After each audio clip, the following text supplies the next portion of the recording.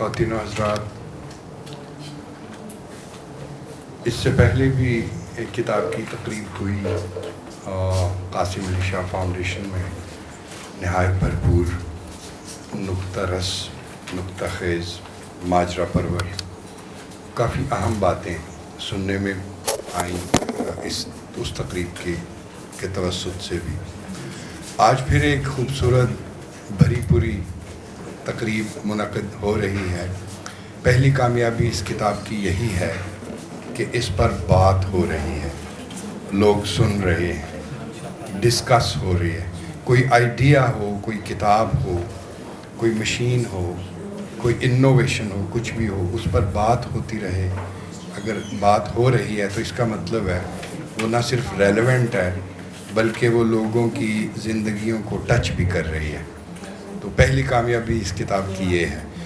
دوسری یہ کہ محترمہ زوبیہ انور نے جس انداز میں اپنی ذات میں غوطہ ہو کر فکر کے کچھ موتی برآمد کیے ہیں، اس طرح ہر کوئی نہیں بھی کر سکتا ہوتا۔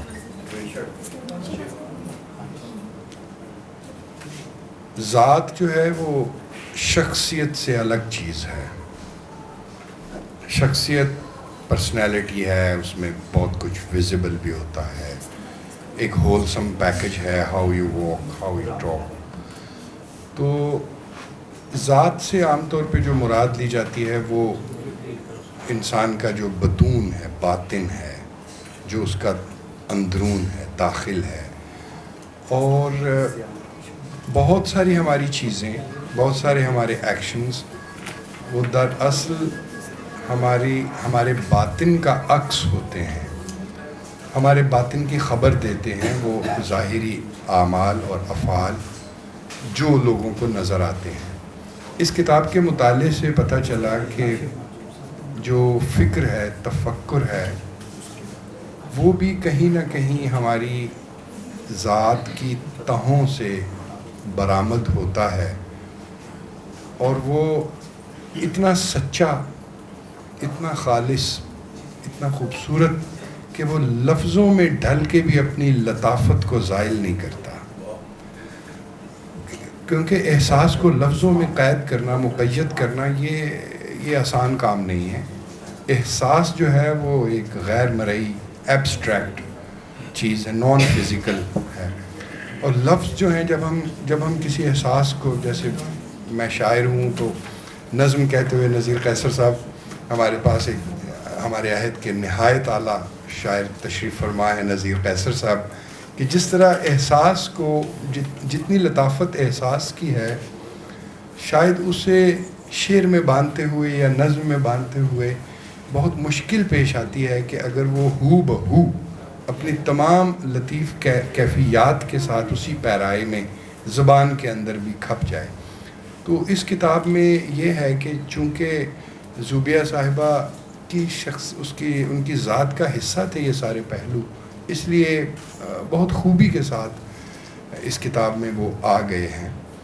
اچھا، مجھے کچھ 2-4 جملے ترجمہ نگار کے لیے بھی کہنے ہیں، کیونکہ یہ جو ابھی سیکنڈ ایڈیشن ہے اس میں ان تمام تحریروں کے انگریزی تراجم بھی شامل ہیں۔ اب ترجمہ نگاری ایک الگ فن ہے، آپ نے 2 زبانوں کو ایک ساتھ کہہ لیجئے کہ اس میں خیال کی ترسیل، آپ کی دسترس ان دونوں زبانوں پہ ہونا ضروری ہے۔ تو ترجمہ بھی بہت خوبصورت ہے، فیتھفل ٹو دا ٹیکسٹ ہے۔ میں اس ترجمے کو زیادہ معتبر سمجھتا ہوں جو فیتھفل ٹو دا ٹیکسٹ ہو، وہ اپنی خیال آرائیاں نہ کرے، بلکہ یوں کہیں کہ وہ اصل متن کی غلطیاں نہ دور کرنے بیٹھ جائے بلکہ متن کے ساتھ وفادار رہے۔ تو چونکہ یہ ترجمہ بھی اس میں شامل ہے، وہ بھی حق رکھتا ہے کہ اس کی تحسین کی جائے۔ کیا شاید ترجمہ نگار بھی کبھی کسی تقریب میں شامل ہوں تو ان کی بھی ظاہر ہے انہوں نے ایک پورا ایک زبان سے دوسری زبان میں ایک چیز کو ٹرانسلیٹ کیا ہے۔ اچھا، پہلے بھی میں نے گفتگو کرتے ہوئے ایک بات کی تھی کہ جب سے بھی انسان نے گلے کی بے معنی صداؤں کو آرٹیکولیٹ کر کے ان کو آواز کی شکل دینے کا ہنر سیکھا.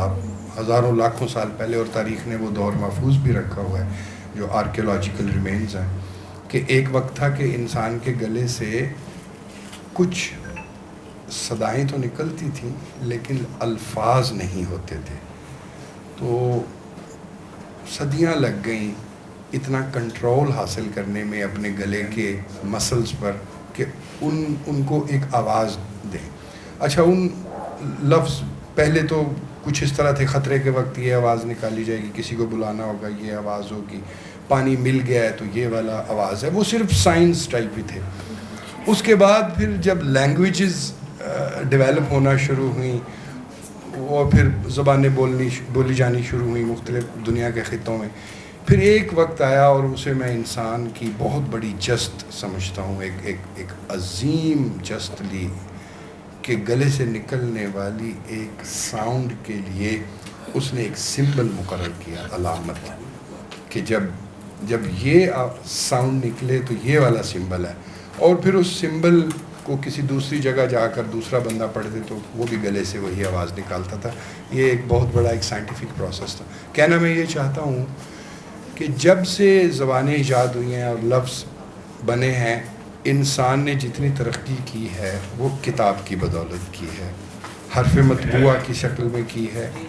انسان نے علم کا پھیلاؤ، ظاہر ہے ایک وقت وہ بھی تھا کہ ایک کتاب 60 اونٹوں پہ جایا کرتی تھی، وہ کلے ٹیبلٹس، الواح گیلی، جو ایک لوح گیلی ہوتی تھی تو اس پر ایک خط سا خاص، خط میخی کہتے ہیں اسے، تو اس کے ذریعے کچھ سائنس بنا لیتے تھے اور پھر اسے دھوپ میں رکھ کے خشک کرتے تھے اور بعد میں آگ میں اس کو پکا لیتے تھے تو وہ ایک صفحہ بنتا تھا، بلکہ ایک صفحہ اس سے بھی شاید کم.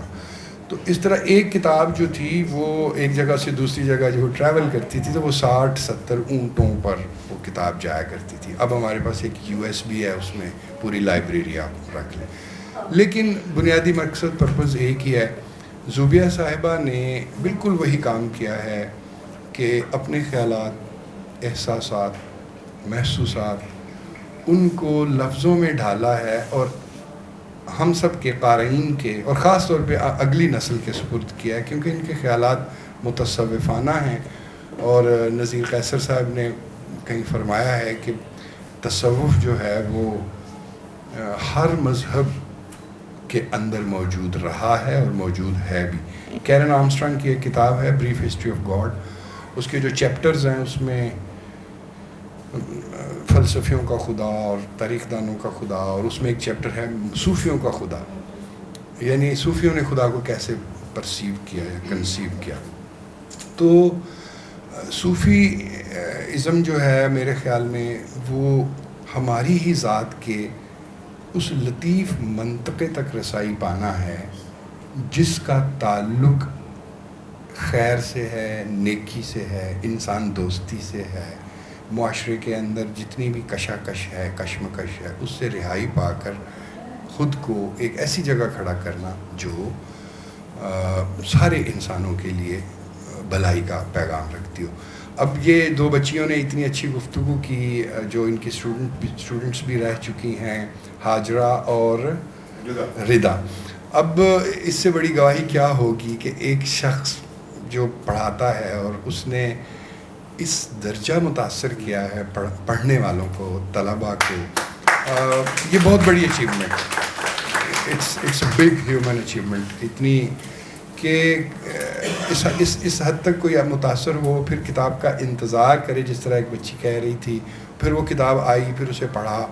تو خود میں نے، آخری بات یہ ہے کہ خود میں نے جب یہ کتاب پڑھی تو کئی مقامات پر مطلب سوچ کے دروا ہوئے، کئی مقامات پر خود احتسابی کو جی چاہا کہ کیا یہ بات میرے اندر ہے، کیا میں اس طرح سوچتا ہوں.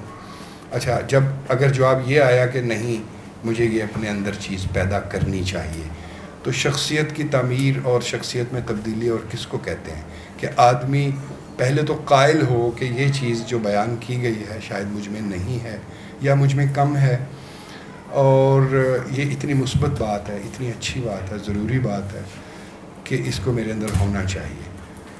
اسی طریقے کی ایک تفکر, اسی طریقے کے مشاہدات جو انہوں نے سوسائٹی میں دیکھا, جو سماج میں آبزرو کیا, اس کو انہوں نے چھوٹی چھوٹی تحریروں کی شکل دی ہے. چھوٹی تحریروں کا جو کہہ لیجئے بڑا پرانا رواج ہے, خلیل جبران نے لکھی, اور اس سے بھی پہلے کہہ لیجئے کہ بہت چھوٹی چھوٹی شیخ سعدی نے حکایات لکھی, کہانیاں لکھی, اور ان کے ذریعے اچھی اچھی باتیں ہم تک پہنچائیں.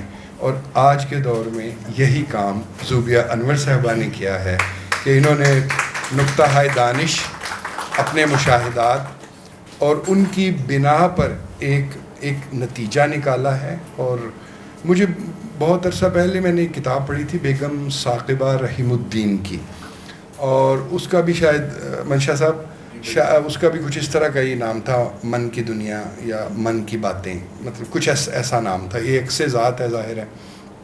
تو اس کے اندر بھی ان کی بہت لطیف سوچیں اور پھر ان کا اظہار, اور اس کا بھی زیادہ تر جو جھکاؤ تھا وہ ذات ہی تھا, لیکن وہ نام کچھ اور رکھ بیٹھے تھے. ہاں جی, اسی طرح کی چیزیں تھیں, لیکن یہ کہ ان کا نام ظاہر ہے من کی باتیں یا جو بھی تھا.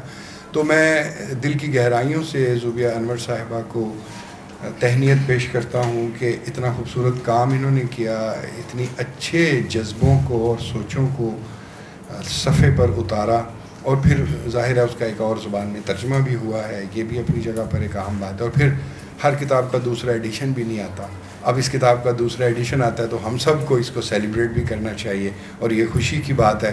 اور جتنے لوگ بھی اس کتاب کو پڑھیں گے یا جو لوگ پڑھ چکے ہیں وہ میری اس بات کی تائید کریں گے کہ اس کتاب کو پڑھ کر ہم اپنے اندر بہت مثبت تبدیلیاں پیدا کر سکتے ہیں.